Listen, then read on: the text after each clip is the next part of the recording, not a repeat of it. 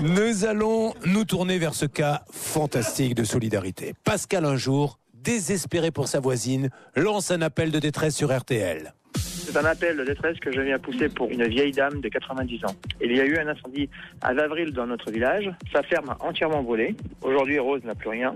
On fait tout pour l'aider, mais on a surtout besoin de vous, Julien.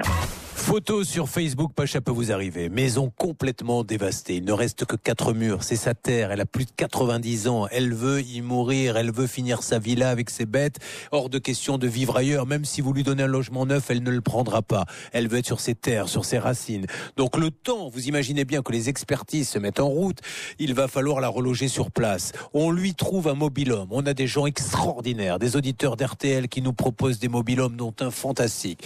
Mais le problème, c'est qu'il faut un terrassement. Il faut bien le poser, le mobil-homme. 2 terrassiers nous disent ok, on se relève les manches et on va lui faire son terrassement. Mais il faut le déplacer. Ça, c'est le plus gros morceau. Vous savez ce que c'est que déplacer un mobil-homme d'est en ouest comme ça? C'est un convoi C'est exceptionnel. un truc de fou. C'est un convoi exceptionnel. C'est la nuit. C'est un camion devant, un camion derrière. Ça roule à 20 à l'heure. Ça coûte une petite fortune. Et c'est là où nous avons une bienfaitrice, Marie, qui entre en jeu. Mais écoutez, oui, il y a tout juste une semaine, donc on lance l'opération Rose. Lundi, Julien, on a Daniel qui nous appelle pour offrir un mobil-home suréquipé. Mardi, 2 terrassiers qui appellent le standard d'RTL et qui proposent donc de s'occuper, qui sont dans la région du Rhône et qui vont venir s'occuper de Rose. Et mercredi, le standard sonne et là, on tombe sur une bienfaitrice. Je pense que c'est l'auditrice de l'année. Elle s'appelle Christelle. Et elle a décidé de prendre en charge le problème de Rose de A à Z. Elle est là en ligne avec nous. Et on a aussi Sophie, la femme de Pascal, qui a lancé donc l'opération Rose, qui est en ligne et qui écoute ce que Christelle a lui annoncé. Bonjour Christelle. Bonjour. Soyez la bienvenue. Vous dirigez un camping, je crois, Christelle. Oui, c'est ça. Comment s'appelle-t-il? Le camping Monaco Park à Longny-au-Perche. Le Monaco Park, qui se trouve où? Je n'ai pas entendu. En France, à Longny-au-Perche. Non, c'est en France, j'ai compris. C'est le nom de la ville que je n'ai pas compris.